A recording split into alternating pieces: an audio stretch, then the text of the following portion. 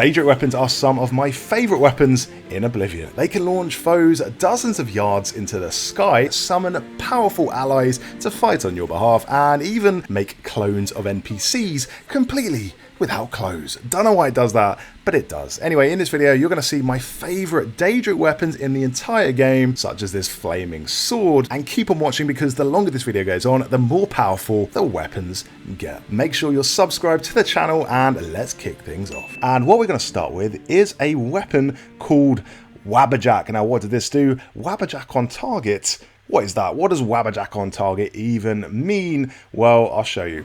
If you cast it, you turn this Minotaur into a sheep. But it's not just turning things into sheep that this does, it's actually turning any non-NPC into a random creature. So this mountain lion becomes a Daedroth, and you could probably cast this on a Daedroth to turn it into something else, like a mountain lion or maybe even a sheep. Anyway, what you want to do to get this is go to Sheogorath's shrine, which is north of Leyawiin. Once there, interact with the shrine and it will send you on this mission. This mission is to go to Border Watch. Now at Border Watch you have to do 3 little tasks, and at the end you get the Wabberjack. Border Watch is located just south of the shrine, so it's not that far to go at all, and it's quite a nice little quest. You basically have to trigger 3 events, which is to set a plague of rats loose on the town, poison some sheep, and make flaming dogs fall from the sky. Fun little fact, actually, after you complete this quest, a special edition of the Black Horse Courier newspaper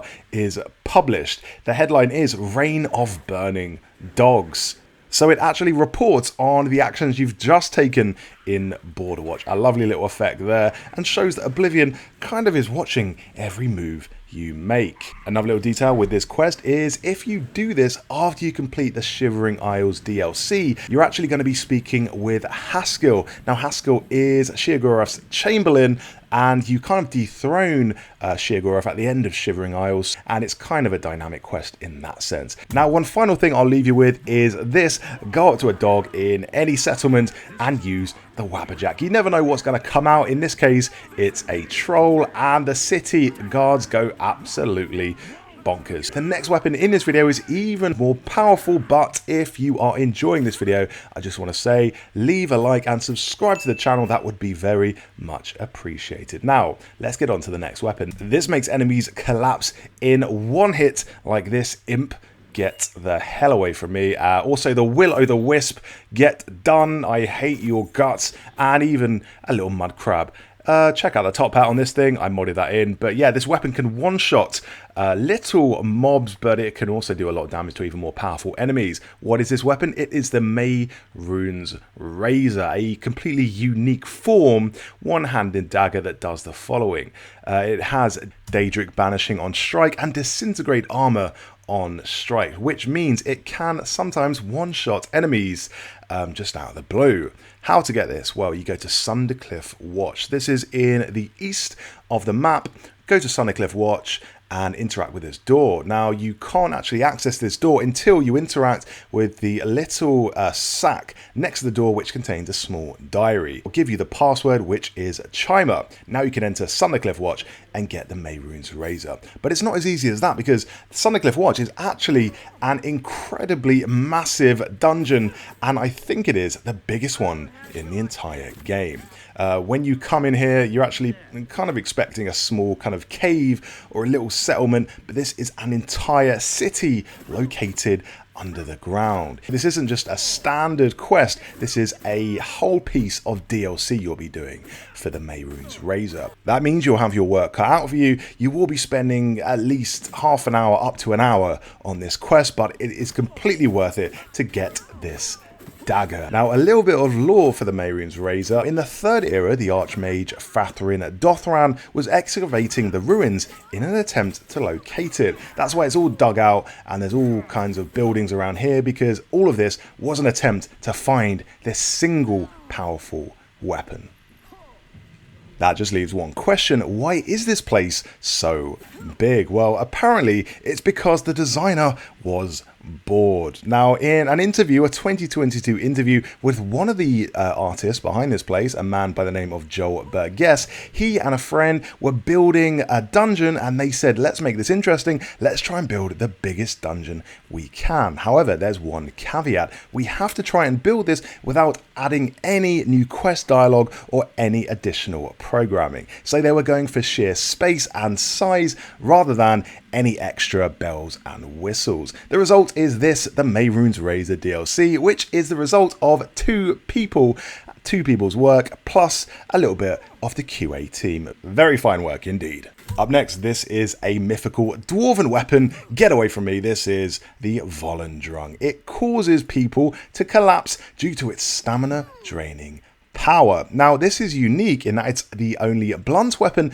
in the game with a paralyze enchantment, and that makes it very worthy on this list. Now, its two attributes are paralyze for 3 seconds on strike and drain health for 5 points for 20 seconds on strike. So if you're going up against the Volendrung, be prepared to take a little nap. To get your hands on this weapon, it's once again going to a shrine from one of the Daedric gods. This is Malakat's shrine, and it's located right to the west of the map.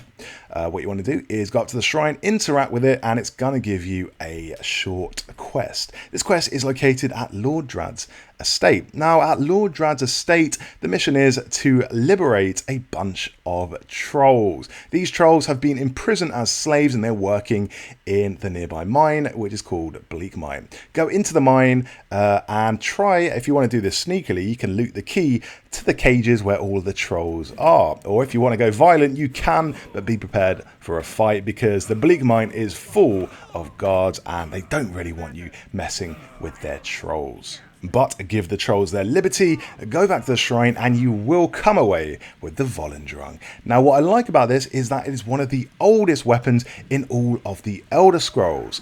This was introduced in the first Elder Scrolls game, which is 1994's Arena, and it had the exact same attributes, so this is really a classic legacy weapon. In terms of lore, the Warhammer originally belonged to the Patriarch of the Rorken, a clan of Dwemer, who, in other words, are dwarves. Legend has it that the leader of the Rorken threw his hammer and proclaimed that his clan would settle wherever it landed. The hammer landed in the province of Hammerfell, hence the name, homeland of the Redguard. True to his word, the leader of the Rorken raised the city of Volenfell, the capital of the Western Dwemer, at the location. So, a lovely bit of lore there, and just makes the Volendrung an even more irresistible weapon. And not only that, but just completely bashing everyone over the head, making them freeze in mid-air and have this sort of cartoonish green ring sprout up around their heads like in a Looney Tunes cartoon. It just never really gets old. If you thought the Volendrung was gratuitous, you have not seen the Ebony Blade, or maybe you have, I don't know, you might have played this before, but I'm going to show it to you the second time or even the third time. Check out these attributes: silence on strike for 10 seconds and absorb health on strike for 8 points. This makes you into an assassin, effectively. Now, to get this, I'm going to show you some more gameplay of this in action, but first I'm going to show you how to get it. What you want to do is go to Mephala Shrine. At Mephala Shrine, make sure to be level 15, offer her some nightshade, and also ensure it's between the hours of midnight and 6 AM. Once these 3 requirements are fulfilled, she'll give you a mission. This mission rewards you with the Ebony Blade. This is one of my favourite Daedric Shrine quests, and it involves a bit of subterfuge. What you want to do is go to a settlement called Bleaker's Way, take out the 2 prominent heads of family there, and pin the murders on each other. A little quick way you can find out the locations of the people you need to is to bring up the map. Now, look for the names of Horol Ulfgar, that's one of the family member heads you want to take out, and the second one is called Nivan Davalu. So these are the leaders of the family, and you're going to take these out and frame the other one for murder. Make sure it's night so no one sees you, and they'll be sleeping in their bed. Look around their establishment for a signature item.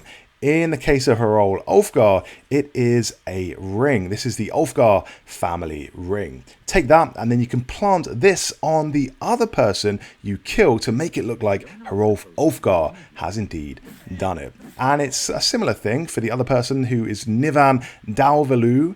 Go there at night, take him out, and then you can plant that ring on his body. While you're there, you want to pick up his family ceremonial item and then use that to plant it on the other person. To finish this quest, go outside, talk to one of the NPCs, and they will exclaim their absolute shock and horror at these two prominent family members being found double murdered by each other. No less. Wouldn't have anything to do with the mysterious stranger who just rocked up with 100 weapons in his backpack and isn't saying a word. No, it definitely would not. Let's move on from blades to staffs now. And the best staff, in my opinion, that is Daedric flavored is the Sanguine Rose. As you can see, it conjures a Daedric ally of your choice. In this case, it's a Flame Atronach. It is a modded one, so yours probably won't look like that. That is from Genshin Impact, but here's a more traditional one. This is a Storm Atronach. Yeah, the conjuration is random, which makes it extra fun. It casts a Sanguine Rose on target. Sanguine Rose being the effect of conjuring a random Daedric enemy wherever you cast it. Now, to get this, you want to go to the Shrine of Sanguine. This is north of Skingrad. What are you going to offer this dude? Of course, it's going to be brandy, so go out to the shrine with the brandy in your inventory, and you will be added. This quest will be added, to your quest docket. Now, what this entails is going to the court of Leowyn and making the party that's coming that evening an extra spicy affair. And I do mean spicy. I will show you exactly how you're going to make this a night to remember for all the people in Leowyn. And it is one of the more unique quests in Oblivion. So approach the Leowyn guard at night and he'll say, hold on, there's a dinner party here and no one gets in until it's prepared. What he wants you to do is dress up real nice because he's not letting you in dressed like that. However, in my game, for some reason, he didn't. Even though I charmed him with a charm spell, took off all my armor, he still didn't let me in. So what happened for me was one of the NPCs actually opened the door behind him and I snuck in and the guard didn't do a thing. So a little glitchy way to get in if you can't ordinarily. Now, once inside the party, you're going to go into your inventory and go down to a magic spell in your inventory called Stark Reality. This is the new spell that you'll get from Sanguine for this night only. It removes everyone's clothes. Yes, the reality really is stark after you cast this spell because everyone in the room is now in their underwear. That is sure to liven up the party and give Sanguine exactly what he wants. However, everyone in the room is now really mad at you because I guess they dressed up really nicely and now you've ruined their evening and probably gave them quite a lot of trauma, so shame on you for that. The actual game mechanic reason why everyone is mad at you is because this spell, as you saw in the effects tab, does drain health. So technically you did harm every single person in the room by 1 hit point. You will get, as a result, the Sanguine Rose staff. Now, not only is it good just to fight with, but it also has an insane range on it. Check out the range there. You can shoot it from across the map and cast a Daedric ally on any enemy it hits. The Storm Atronach here is taking on the Mountain Lion in our honor, or you can cast this and get an Ice Atronach. Anything you want. You never know what to expect. Love this stuff. Thank you so much. Alright, so those were the best Daedric weapons in my opinion in Oblivion Remastered. I love each and every one of these like they were my children. In fact, I might name my children after these weapons. I am looking forward to welcoming baby Skull of Corruption into the world. Anyway, if you like this video, do subscribe to the channel. Comment down below your favorite weapon if I have missed it in this video, because I'd love to hear your thoughts. And keep on keeping on. See you later.